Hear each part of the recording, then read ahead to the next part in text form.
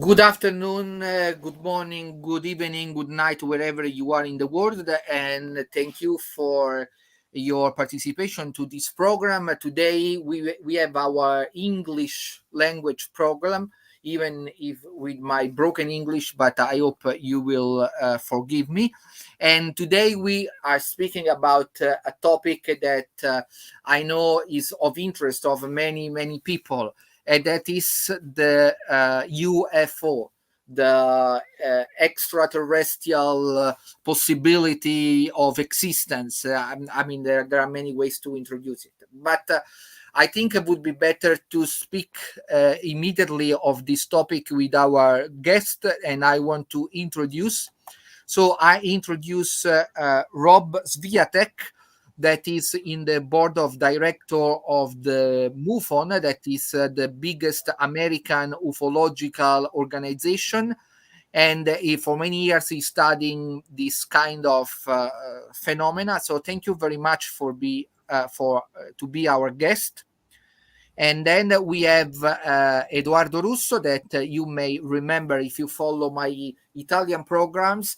He is also a member, the Italian representative of the Mufon that I mentioned before, but is the secretary of the Italian Association for the Ufological Studies.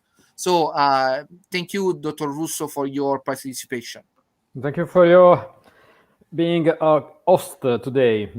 No, my pleasure. Yeah, so I want to start with Dr. Russo, that can introduce us a little on this topic of UFO. So I give you the word, and you maybe want to share some of the slides. Yes, I will try. Let's try. Yes, if you share, so I can. As usual. Yes.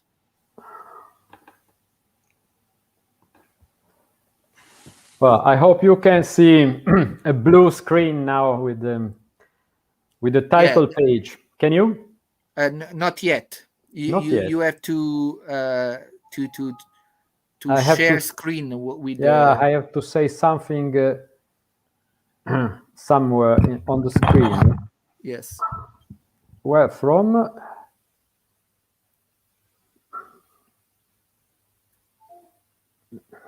I cannot find the command to share. Yes. Yeah, I did. Okay, I found it. On the bottom there is condividi, share.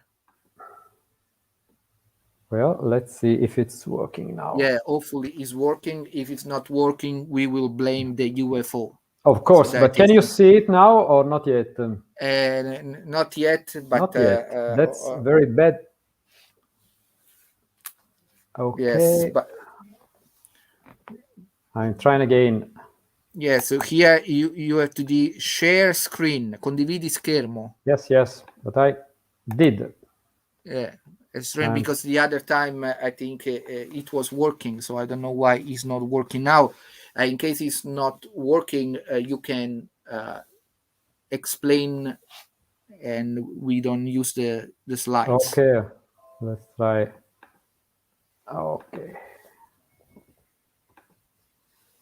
Yes, now it's coming. Well, okay.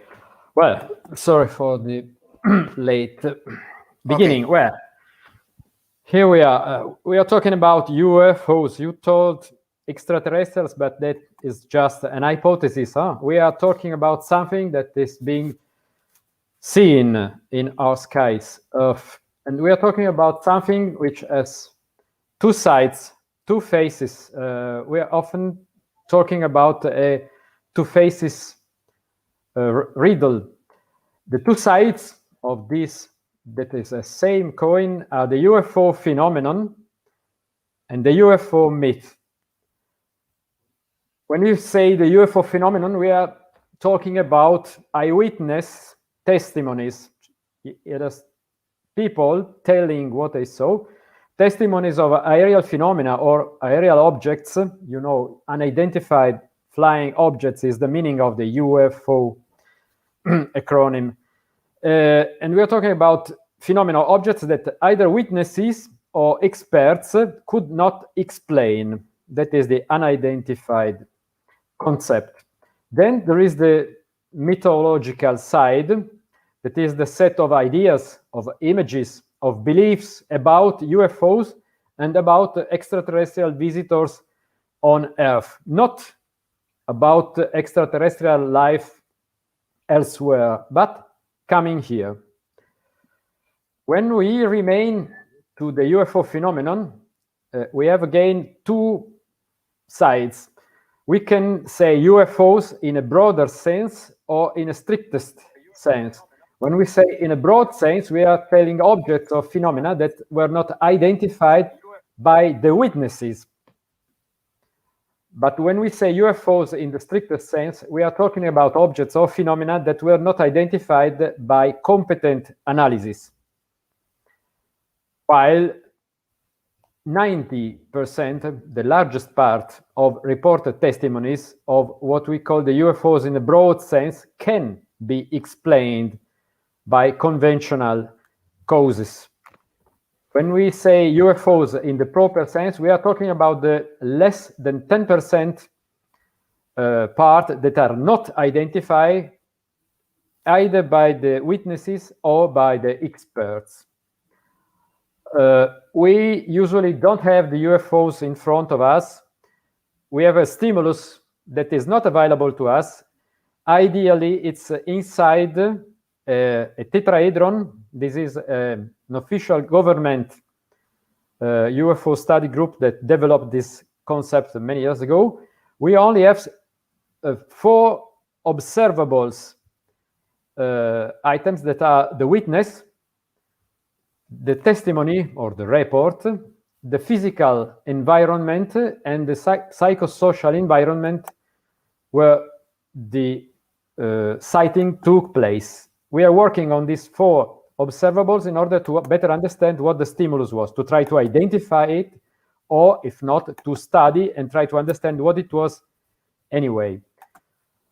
Since I'm talking from Italy, just as Aurelio Porfiri is, I will give just 4 numbers that are the facts from our country, from Italy. We know from opinion polls that about 6.5% of adult Italian people think they saw a UFO. That means about 3.5 million witnesses. I want to say that it's not so few people, it's a lot of people seeing strange things in the sky. But we don't have all those testimonies. We only are able to collect a small fraction, a small part. You know that in our files, we have been able to collect as many as 35,000 testimonies. That is about 1% of the potential witnesses we know to exist from the opinion polls.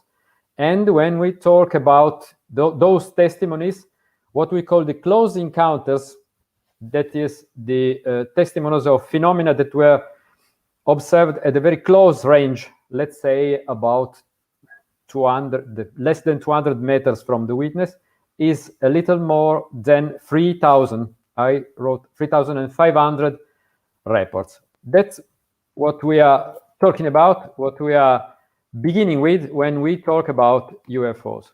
Then the ball is on our host. Thank you very much for your clear explanation. So I go to Mr. Swiatek because I want to ask him. Edoardo Russo has mentioned the situation in general, but also he referred specifically to the Italian situation, and he give us very important numbers. I mean, more than 3 million people that assert that they have seen something. Something we don't know what it is, of course.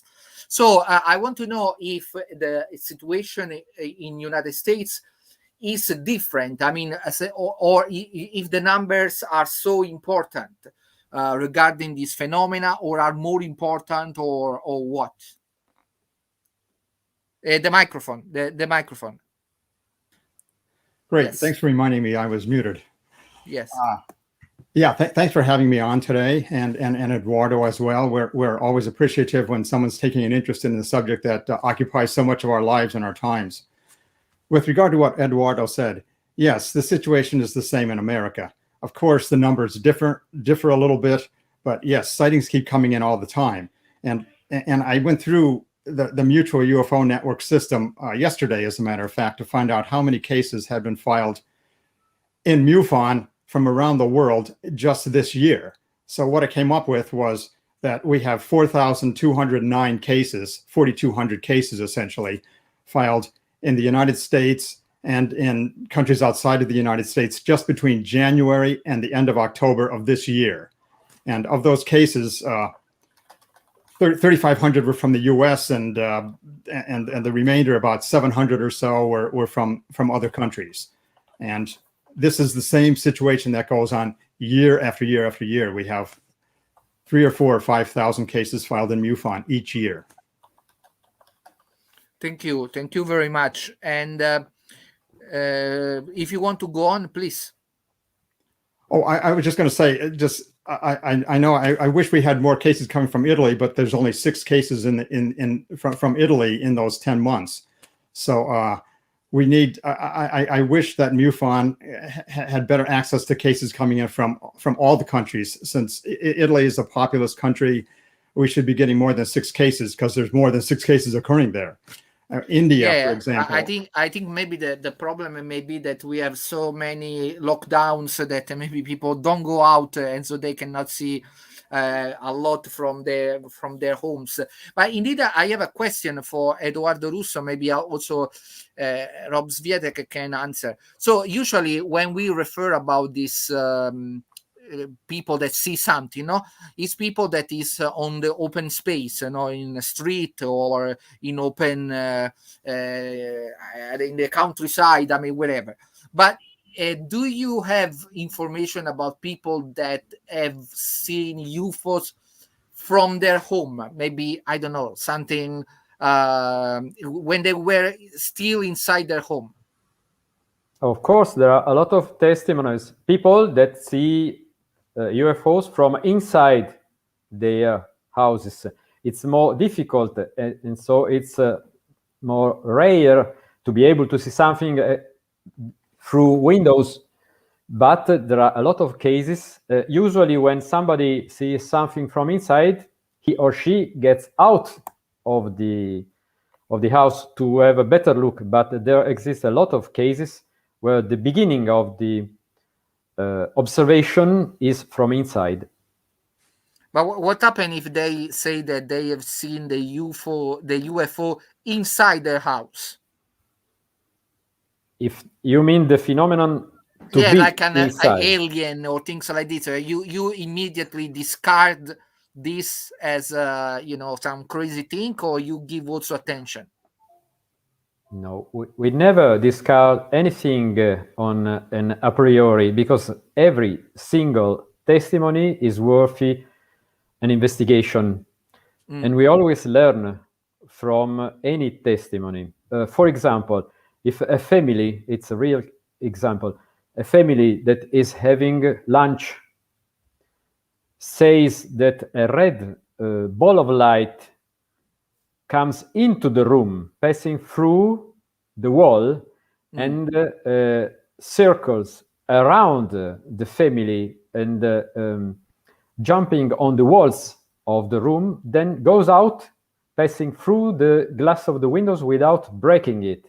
You may say it's a completely fool situation. You may say you don't believe it, but it's not so impossible a phenomenon, not just thinking about extraterrestrials, but even just thinking of some rare physical phenomenon called ball lightning. And the example I quoted is a real life testimony we collected and investigated. Thank you. I want to ask something to Rob Swiatek, that is this. What is the official position of Mufon about the UFO phenomenon? So what is the is an organization that tend to believe on first of all, I want to say that we have already clarified, of course, when we speak about UFO, we are not speaking per se about extraterrestrial. Of course, UFO means that people see something and they cannot explain what they are seeing. But what is your position? I mean, yeah, Mufon hasn't actually published a position because basically we're just investigating the phenomenon, looking into every case, trying to find out whether it fits into the explained cases, like Edoardo was saying, about 80%, 85% of the cases, and or the 15%. Most of us who are looking at the 15%, those cases that remain after you do an explanation, I would have to say our opinion. I don't like to use the word belief, but our opinion would be that they act in an intelligent manner. So we do not think that this is an unexplained natural phenomenon going on. We don't think it's necessarily hoaxes or anything like that. But the core phenomenon, most of us in the field, although we haven't published this as an official statement, would think that there's something here beyond humanity, whatever that might mean. But that's about as far as I can go on that, because I don't want to speculate. I don't want to say, oh, they're extraterrestrials, when I can't prove that. But do you? I mean, you know, when you say there is something beyond humanity, of course, you are saying something that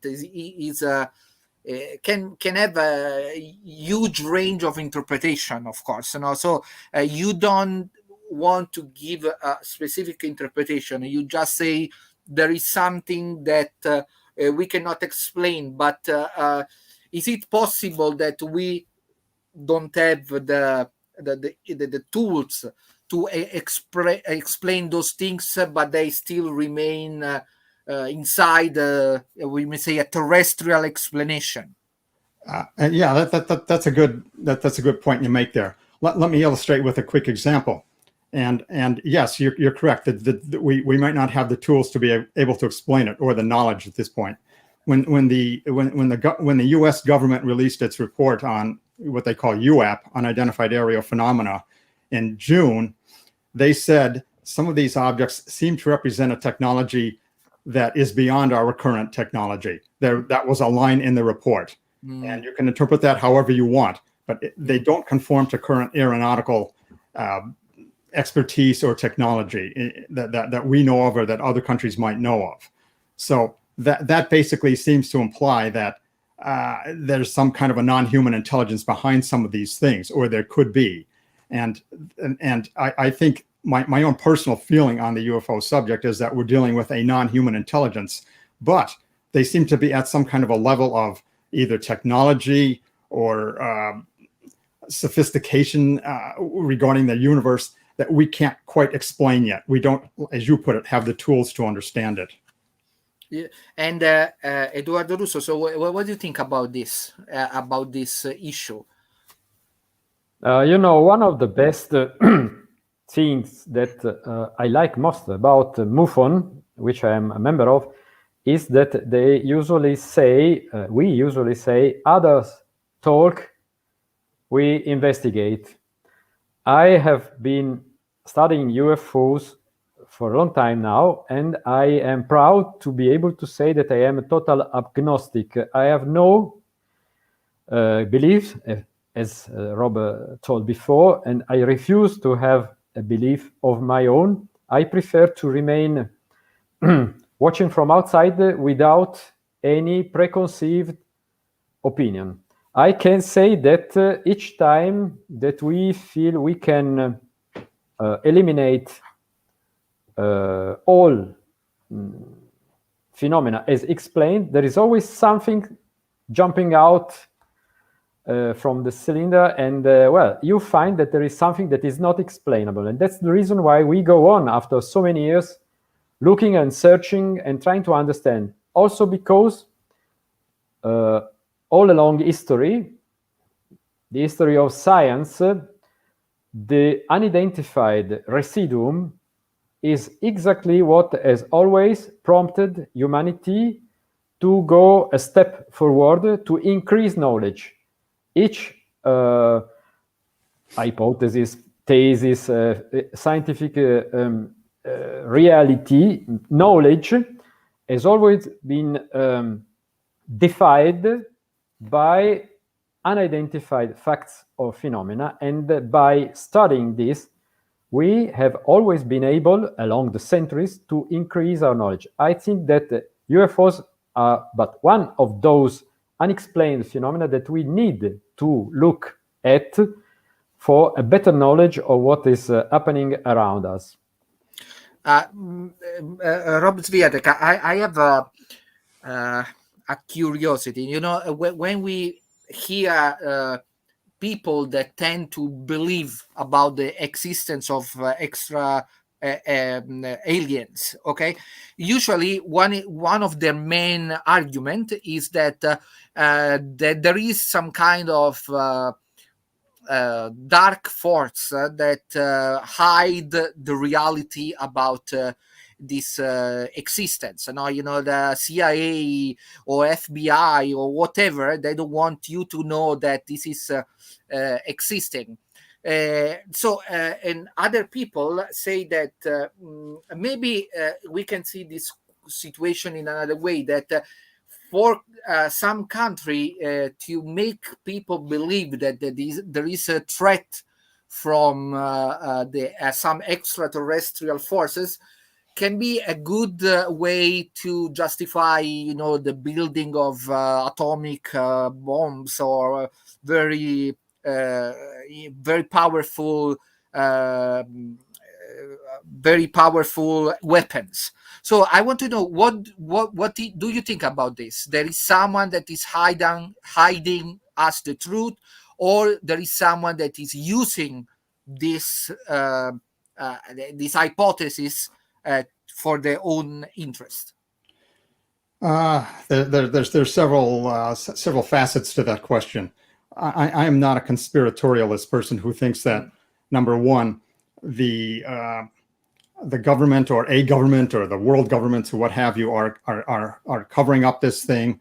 And secondly, I don't think that there is the whole thing is basically a conspiracy to get us away from nuclear weapons or what have you. And why do I say that? I'm basing it strictly on eyewitness testimony and physical testimony that's left in the wake of UFO cases sometimes, and the fact that the phenomenon has continued in a continuous, relatively unchanging manner since it first came forth into the public limelight back at the end of the 1940s.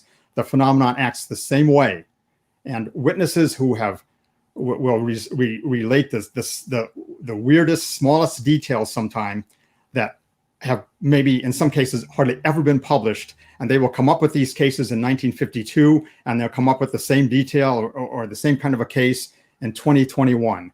And the type of actions that these objects and effects that these objects leave on physical objects is again, they are actual effects. It's not anybody's imagination. So there is a real phenomenon going on in our 3D space. And the question then becomes, what's the origin of this phenomenon? But I absolutely and categorically refuse to ever think that this is some big hoax that's concocted by a small group of people or even a large group of people in one country or in several countries. Yeah, but because this, especially in your country, is a very popular explanation that also give rise to many kind of interesting characters that they make good money on this kind of ideas. So I want to ask you both one question, and I hope I can explain me properly. You say that you are studying this phenomena for many years, for decades, so I want to ask you both, and maybe we start with Edoardo Russo.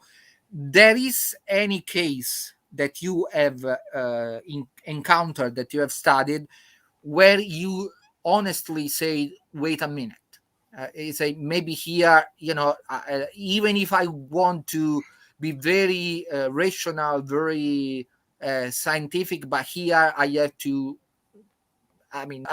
wait and really think that there can be something beyond what we think there is. So Edoardo Russo. Of course there are, or we would not be here now. I have been investigating hundreds of UFO reports, and I can say that not so many, but a few things are still unexplained to me. If I cannot explain, and I am considered to be a very skeptical investigator, that means that, maybe I'm not capable, not able to do that because I am imperfect or unable in myself. But you may be sure that there are very strange things that are seen in our skies or descending from the sky. And so the answer is a definite yes. Then after the answer of Rob Swiatek, I would like you to tell me briefly one of these cases, just to understand one that you think that is very representative, that you say, oh, this one, I really don't know what is the origin. So, Rob. Yeah, that's the one case that comes to mind here is a case that happened in Tronzon-Provence, France. I believe it was in 1981, in the beginning of 1981. An object was seen by an elderly man coming down outside, of course, above some trees, and it was seen to land on the ground. Kind of a half of a sphere kind of an object, a hemispherical object, I guess might be the way you describe it. The object stayed on the ground for a certain period of time and then lifted off again and retraced its path back through the sky and disappeared. This elderly gentleman ultimately notified the gendarmerie.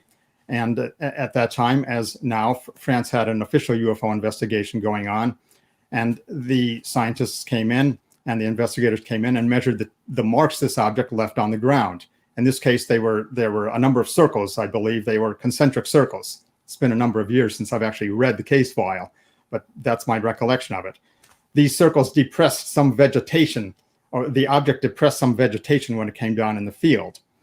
When the vegetation was subsequently examined, both at the site of where the object landed and out beyond the object into control samples, it was found that the alfalfa plants that this object had landed upon, or that reportedly this object had landed upon, the leaves of these plants were unaccountably aged. And they were somewhat desiccated, a little bit dry, as I recall, but they were aged in time. The plants were older than they should have been. Moreover, various material had been deposited on the ground that wasn't native to the area. And in long and short of it is, the French scientists could not explain this physical phenomena that was found on the ground. And that's where I will leave it. I don't know what this was. It wasn't ball lightning, and it wasn't, to my knowledge, it wasn't a hoax. Thank you. Edoardo Russo, you want to present one that for you is particularly strange? No, I have to be clear that there is no smoking gun, so each of the reports I might tell which left me with the unexplained answer may be discussed and may be disagreed about by anyone. But the one that came to my mind while you were asking me is this one. I am talking about a single witness that is never an evidence in itself, but it's a very interesting item because there was a pilot that was flying a glider, a light airplane without a motor, and he was flying when he saw something approaching his plane and following him for several minutes. He called the airport by radio and described his whole sighting, which lasted a few minutes while he was flying. And there was an object of some meters of diameter in full daylight, of course, that was that placed near his right wing and remained there as if it was looking at the plane and followed him for a long time. And the most interesting thing is that he was not flying on an horizontal path, but was flying just like gliders usually do, in circles. And he had a GPS with him, and we were able to download the GPS recordings, and so reconstructing the movements of both the plane and the following object. And it was not a motionless object. It was not something moving in a straight line. It was exactly following the plane along a spiral-like movement, because the glider was coming down very slowly, and it lasted for several minutes, as I told you. Then the object decided to go away and left. The witness is an architect. He was very keen at estimating distances, and in real life sizes. We had him try to estimate distances and sizes when he was on the ground of given objects, so to be able to evaluate him as a tool, as an instrument, as a measuring instrument. And so it was a very interesting testimony, because it was not, we even had the recorded voice of himself telling what he was seeing to the radio airport.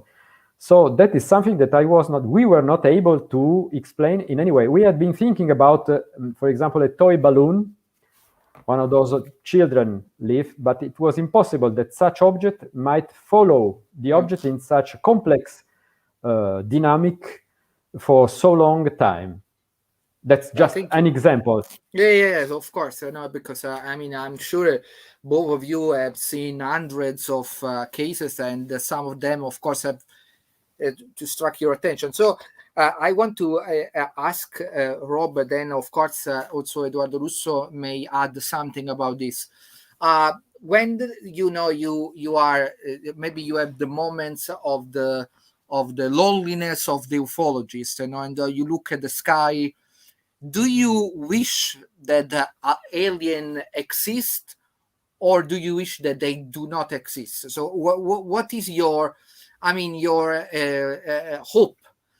Even if you don't have a position now, but your hope is that they exist or that they do not exist, because you know very well that, for example, from the movies, we have a very different view of what the aliens can be. No, usually most of the movies, the alien would not be a good encounter for us, because they want to invade, destroy, conquer.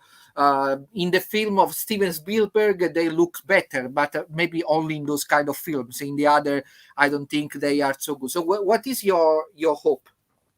Well, hope. I would say I'm almost 100% certain, but yes, obviously I personally want there to be other life forms in the universe. I don't want to be all alone out here on one planet. So, we need some company. And so, yes, I can't actually tolerate the fact that there isn't any other intelligence out there to 14 billion light years in every direction. So yes, I would like there to be, and I am in my own mind convinced that there is. But you not afraid that they may have no good intention? Yeah, that could certainly be the case. If UFOs are non-human intelligences, I believe, they certainly now haven't destroyed us for whatever reason. Maybe that'll happen tomorrow or something like that. But yeah, I'm also afraid.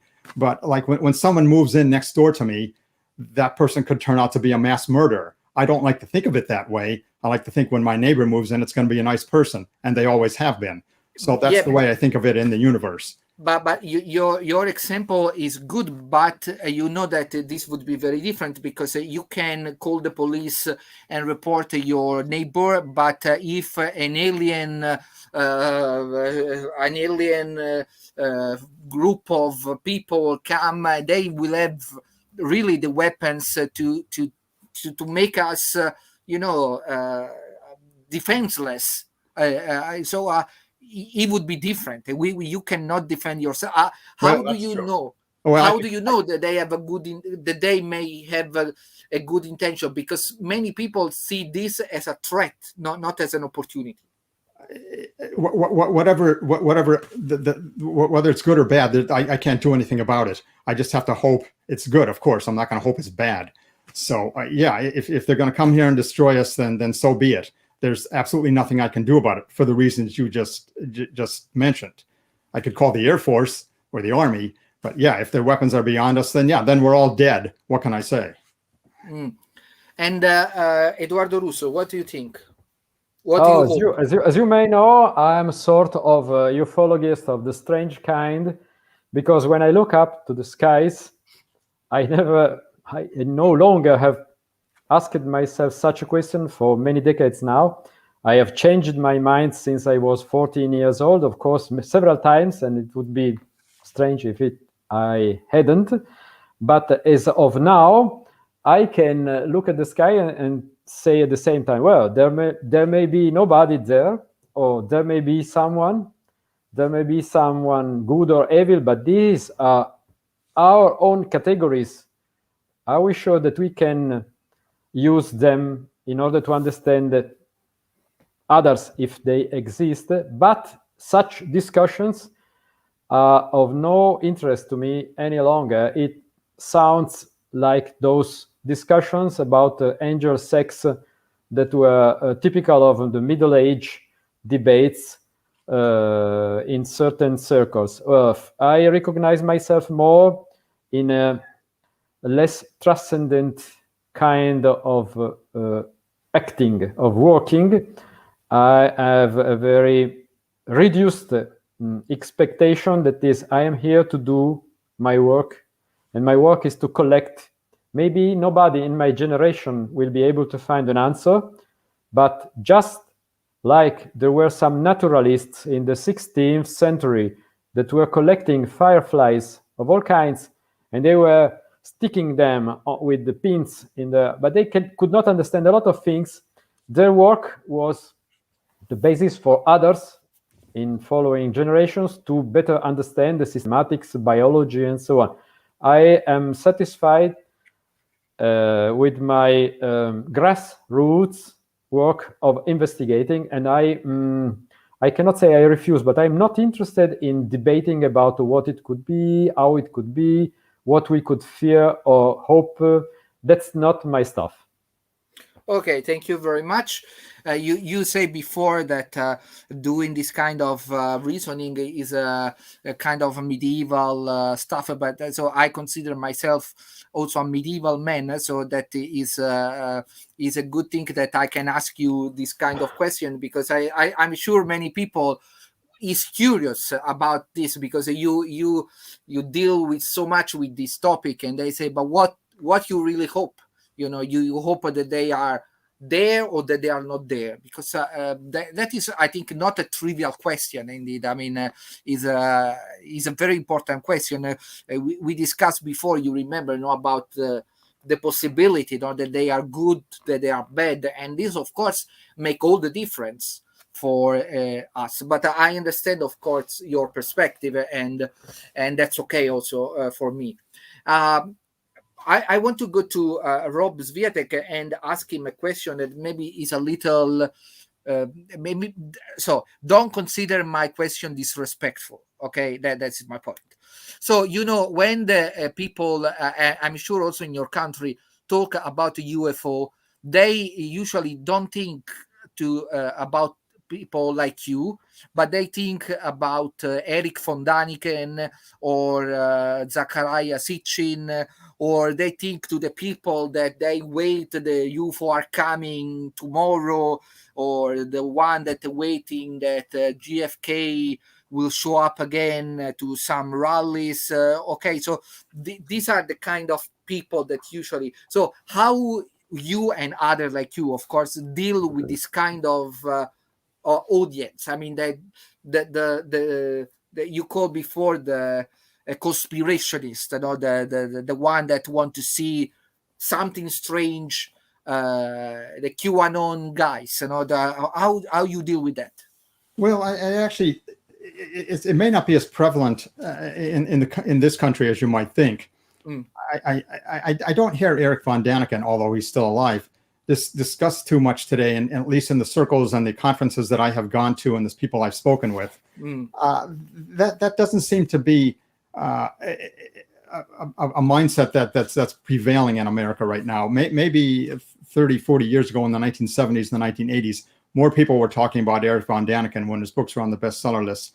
But yes, not now that doesn't seem to be the case as much. People are not ridiculing UFO sighters and in the press or on TV or what have you as much as they did 30 or 40 years ago, in my opinion. And so in your country, if one want to have a fair opinion about the UFO, where they have to look? What are the main organization or places or journals that are really reliable on this topic? Well, there really aren't many, Aurelio. They have the Mufon UFO Journal, like in terms of an actual publication. And there are a few other publications, the Journal of Scientific Exploration being one, that actually print journals. But people have to figure out where to go online, believe it or not, to various websites. And yeah, they're cast off in the ocean, then in a big sea of websites and podcasts, and they have to then have the wherewithal and the presence of mind to select good ones from bad ones, and speak to people and eventually come to a consensus in their minds, at least, as to what's reliable. Can you suggest one or two that you consider are good ones? Website. Well, certainly the Mufon website, and I would put down another one called the Center for UFO Studies, CUFOS.org, I guess it is, and that's headed by a fellow named Dr. Mark Roediger, and he took over from Dr. Hynek, Jan Hynek. So the Mufon website and the CUFOS website, and another website called NICAP, NICAP.org, those are three good places to go for information that has been vetted, has been looked at, and can be considered as reliable as reliable as we can make it. We try to make it as good as we can, and not jump to conclusions and be unscientific. Most of us, like myself, are scientists, so that's the point of view we're trying to promulgate here. I want to ask also Edoardo Russo if he want to suggest reliable sources also for the European or the Italian audience, if someone also Italian is following us, that people can go and look for good stuff about this topic. Well, I think that Italian people would not wait for us talking in English today in order to look for Italian websites, but the one by the Italian Center for UFO Studies is a good one, as of reliability, of course. There is a European network of serious-minded, scientific-oriented ufologists that is called euroufo.net. And that's a good point too. But as of the international side, I could not say anything better than what Rob already told. And I have a question for you. What is the difference? Sorry, this is maybe also this you consider a medieval question, but I hope not. So what is the difference between difference of approach between a European ufologist and an American ufologist? I would like to say that my reference to Middle Age was not an insulting one. No, I'm kidding. A comparison. Also because in my whole ufologist life, my strongest and still enduring belief was that we can cope with the UFO data in a scientific way. We have not to surrender to a transcendent way of life, because if we say there is something superior, we can never understand. We can only remain sitting and contemplating and waiting, and that's not my choice.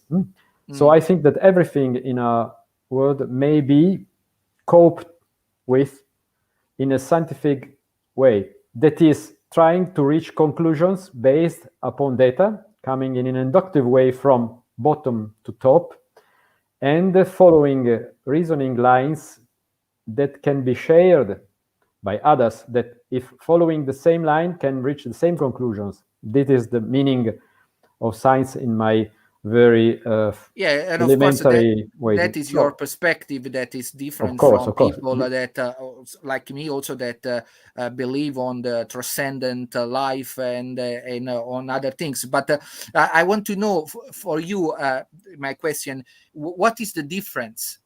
So what the ufologists in Europe concentrate more respect to the one in the USA, or do you think that there is no difference? There are differences. I even talked about those differences some years ago in a paper I presented to an international congress. The difference between the two sides of the ocean. Let's say that as of now, European ufology has passed through a more intense attention to human sciences side of ufology, while our American counterparts have always been more strictly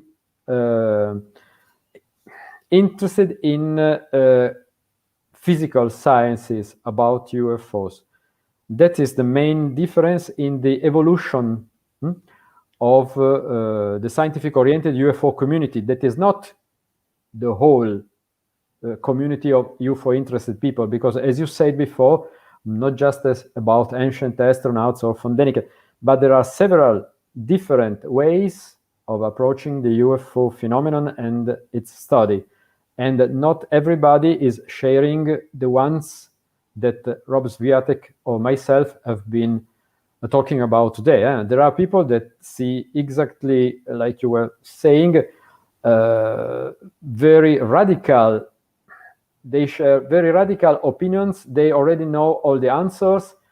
Some are sure that they are angels coming from heavens. Some are sure that there is a sort of devils living with us on our planets, and there are several different opinions that are based more on beliefs than on hard data.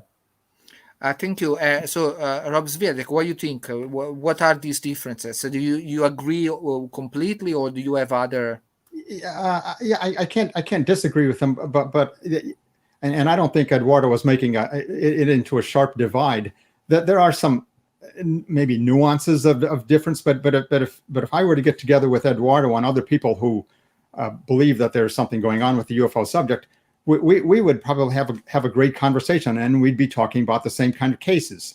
So yeah, there might be a little more emphasis on what we here in the States call the psychosocial approach in Europe versus the more physical approach in the United States. But really, at the end of any investigation, we're looking at the totality of evidence. You're looking at the witnesses, you're looking into their mental state to see whether they're just conning you or making something up, and you're looking at whatever physical evidence you can find. You don't eliminate one side of the equation and just deal with what's left on the other side. All of us, be they European or be they American, the good investigators, we're looking at the totality of what is going on here with the subject. And yes, there are always some people, as Edoardo said, who have their minds completely made up. It has a completely religious explanation. There's the opposite viewpoint that there's absolutely nothing going on with, there is no real UFO phenomenon. It's all you people who are looking at this stuff are completely misguided. It's all people lying. It's all natural phenomena. It's hoaxes, this type thing. There's nothing you can do to change either of these groups of people. But among the serious researchers, I think around the world, even in India, wherever you might think, we're going to share the same common kind of scientific approach to this subject to try to unravel what's going on. Thank you. I want to ask to Edoardo Russo that has also a view on the international scene. Now we have talked about Europe and the United States. So I want to ask you, what is how big are the ufological studies in other continents, according to your knowledge? What are, for example, in Asia, in Africa? I'm sure that there are also views of UFOs in this part of the world. How big is the studies of this phenomena there? We suffer from the same reason, explaining why there are so few Italian reports from Italy to Mufon, the language barrier. That is, we know not so much about what exotic countries are producing about UFOs unless they can write it in English or in some more understandable to us languages. I mean, China. There are lots of people interested in UFOs. There are lots of ufologists in China. They are writing in their own language. They have a very peculiar way of interpreting the UFO phenomenon according to thousands of years long culture of theirs, and the same is true for India. But they are not participating very much in the international debate that has always been concentrating on the Western worlds. That is Americas, even South America, okay, and Europe.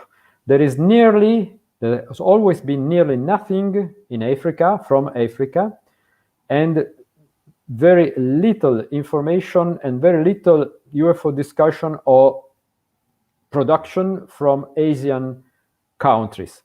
If we go to Australia, New Zealand, they are English language countries, and it's just like us. It's just like the United States. There is a lively Japanese situation, but again, we cannot understand what they write in their own language. Only if they do it in English, we can know what they are discussing. And there are not so many differences in items, in sightings, in investigations when you are two scientific-oriented ufologists. There are very strong differences in cultural interpretations. For example, Islamic interpretation of UFO sightings, of entity sightings, is completely different from ours. Thank you. Before I mentioned, when we were talking, I mentioned Eric von Daniken or Zachariah Sitchin and others. So I want to ask Rob Swiatek, what is your view of this phenomenon of the ancient astronauts? And because culturally is a very big phenomenon. I mean, a lot of people interpret the UFO phenomenon through this kind of perspective. So what is first of all, I want to know if in your country it's still a very relevant cultural force, and then what is your view of this phenomenon? Yeah, Aurelio, I don't think it's it's again the cultural force that it was back in the 70s and 80s, when, at least here again, we're talking about Van Daniken, was at the top of his game and his books were on the bestseller list. It's not spoken of too much anymore, at least among the researchers and the people I speak with. Even in the Fortean field, which deals with phenomena that can't be explained that aren't UFOs, like strange creatures or stuff like this, you don't hear too much discussion on the so-called ancient astronaut theory anymore. I used to look into this, but I'm not going to say I'm well versed in this. And at one point I thought, yes, it seems beyond a doubt that some of these ancient structures that are left here had to be the result of an intelligence from off planet here coming to the Earth. But I don't necessarily, I don't tend to think now that that's the case. Could there be some things like this? Yes. But if you were to ask me, well, can you give me an example of one that is? I really couldn't. I'm just assuming there might be something out there, maybe not. But I by the same token, however, do not think that UFO sightings started in 1947. These sightings go on well before then, and you can find ancient references to them in ancient tomes and in ancient studies going back hundreds and hundreds of years. So it seems that whatever this phenomenon is, it's not a recent one. May I ask you? Yeah, did it make structures or stuff like this? I'm not so convinced of that. May I ask you something? Before you say that you are a scientist, right? Yes. What kind of scientist? I have a physics. My background is in physics. Okay, good. So I want to ask you, when your colleagues, that also have a degree in physics, they know that you are into the UFO studies. What they think about this? They think that because some people think that this kind of studies, but not me, because if you can see, I'm also interested in knowing more about this. But people think, oh, this is just weird stuff or what. So other scientists, your colleagues, what they think about this kind of interest you have? I never set the record straight right off the bat. I never experienced any ridicule or any censure or anything like that from any of my colleagues. And I worked at the United States Patent and Trademark Office, okay, for my career. So I was dealing with all engineers and scientists. They were always interested when they heard I was involved. They were interested. I never got any negative feedback or anything like that saying pejorative things or what have you. It didn't happen. That's good, because it is good. Yeah, it's good that people is open to know about things that maybe they may be not informed. So that's a good thing, because I heard sometimes other people that have a kind of a different opinion. Indeed, I have to tell you frankly, I was very happy when I met with Edoardo Russo when I did my first program, because I really see that he is very I don't want to say skeptical, but I mean, he's very grounded on this kind of issue. I mean, he's not someone that want to convince you that there are alien or that they are not there. I mean, he's just open to, and I think this is a good approach. I mean, he just investigate and you try to see what are the evidences, and then you may decide. That's the mindset we need.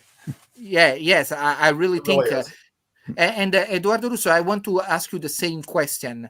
Do you think that, according to your experience, of course, among Italian scientists, there is the right interest for the phenomenon of UFO in average? Of course, it's difficult to generalize, but in general, there is a good interest, or they don't care a lot about this kind of peculiar discipline. So I have been meeting several dozen scientists along these years, and I can say that now our generation, because the previous generations were different, we have all been growing in different times and UFO talkings. And even if I meet, and I have met a lot, a scientist, for example, on a TV debate, an astronomer that has been asked to come and do the skeptical side, just after a few minutes, he is surprised at what I am saying, and we never, I can say never, have found ourselves to be on opposite positions, because if the issue, the UFO issue, is presented in the right view, as I tried to do in the beginning, every single individual scientist says that would be an interesting way to put it.